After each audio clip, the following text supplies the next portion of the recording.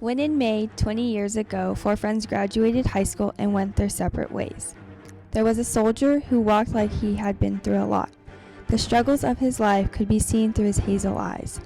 He had grown up with a great family until they were taken away in the split of a second. His life was completely changed at the age of 12. He was in and out of foster homes due to the horrific accident.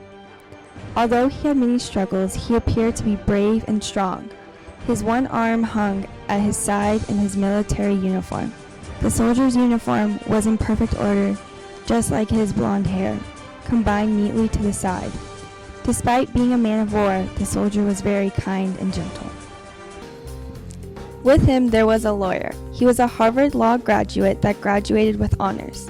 A tall, black-haired man who was notorious for his suit and tie, who speaks at the highest degree.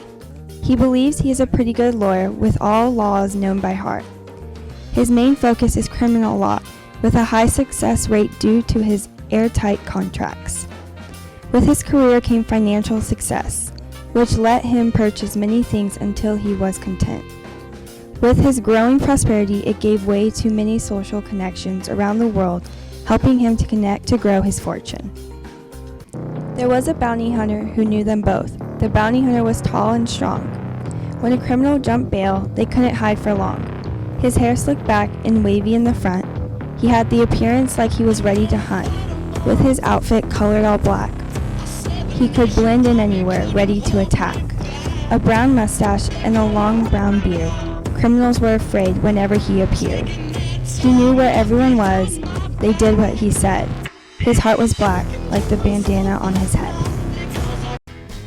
Of the 4 friends, there was a working mother who worked for income and raised 6 kids in Dallas. She was some 30 years, I guess. In stature, she was of medium length, with aquiline features, kind eyes, and her skin, autumnal, gold, and brown, a heart filled with caution, not sure to encounter a new journey, but hopes to find her way. Woo! Road trip to Antonian! Okay. Safety first. What song do y'all want to listen to? Things that you're used to. I know that you're gonna have it your way or nothing at all. But I keep moving too fast.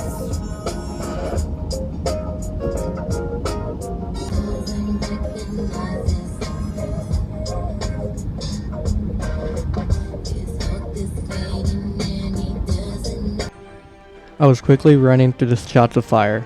In my mind there was only one desire. I had to save those who were like my brothers. They could not be killed by the others. I managed to save 2 and continued on for the last, but then there came a blast. My warm blood flowed out of my body, and all I could hear is "Do you copy?" I woke up in an unfamiliar place and saw what seemed to be a human face. The bright lights impaired my vision, but everything was clear when it came to religion.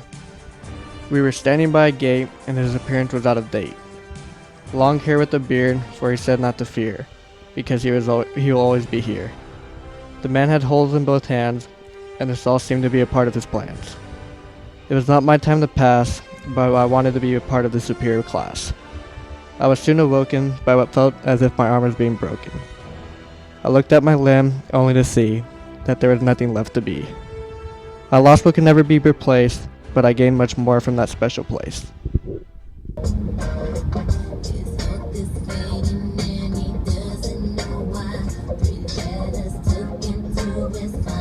A woman came to me in disarray, and I was wondering what she had to say. She was a criminal with the utmost pride, looking for someone to defend her side. I gladly obliged, for she looked like an innocent soul, so we went off and took a stroll. She described the crime she had done and just wanted it to be gone.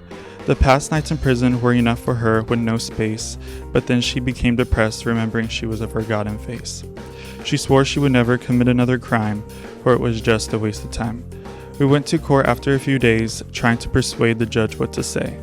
I worked hard and argued this case with a smile on my face, hoping to succeed in this litigation and in the end won the final summation. I took her back to my place and we celebrated with a toast, but from a long day's work, quickly fell into a doze. The next morning, I woke up to my expensive possessions missing, wondering why she would do something so unforgiving. I guess it was my fault too, but I was so excited about winning, who would have knew. I tried to track her down so she could pay, but she just disappeared even to this day. Tell me what I see on my TV screen. I see the blood of an innocent child, and everybody's watching. Now I'm listening. After high school, I went on to college, and at age 19, I found out I was expecting Celine. My boyfriend left me when he found out. Once I knew I was pregnant, I began to feel doubt. I needed to watch out for my life in a bigger way, so I went to Dallas to get better pay. I became a college professor, which gave me a lot more pressure. Then I had my baby girl Maddie, who always wanted a daddy. 2 years later, I had twins, who had big grins. Still a single mother, I wanted another. 4 kids later, I knew I had to be greater.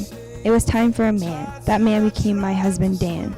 2 more kids added up to happiness, but 6 kids equal craziness. Though it was a struggle to find the right man, I finally had my fam. Fast forward to now, to where it is time to see thou. Back at high school with a working crew, we had come a long way to see this day. Okay. Oh yeah. That's the point. You're supposed to overcome it. After high school, I didn't have this job in plan. I wanted to be a mall cop, but I turned out to be bland. Bounty Hunter was available, and it sounded fun, catching the convicts while getting my daily sun. People say I'm good at what I do. I don't disagree. I'm everywhere, the shadows, the corners, and even the trees. I work out daily and run 10 miles a day. My diet and routine never goes astray. I have an almost perfect record of arrests. The criminals in prison wouldn't bother to detest. Now when I say almost perfect, I will say I only missed one. It haunts me to this day. I hate that son of a gun. It was a cold morning and I was watching the sun, looking over my next cases and shining my taser gun. Francisco Julio Ben Ricardo was his name. He was my next opponent in my little game. It said he was rumored to be invisible, almost as if he was fictional. So I went to one of my usual attack grounds, with my A-game, my mustache, and my hounds. There he was, hiding in a tree, thinking he escaped, thinking he was free. I let my hounds go, but they got distracted. They saw a squirrel and was instantly distracted. Francisco heard the noise and began to run. The chase had just begun. I captured him in a corner. I knew I had won. This was my best catch, my home run. But he started to smile and reach behind his back. I thought he wanted to be my friend and not attack. But I was wrong and he hit me with a pot. I woke up confused, sad, and really distraught.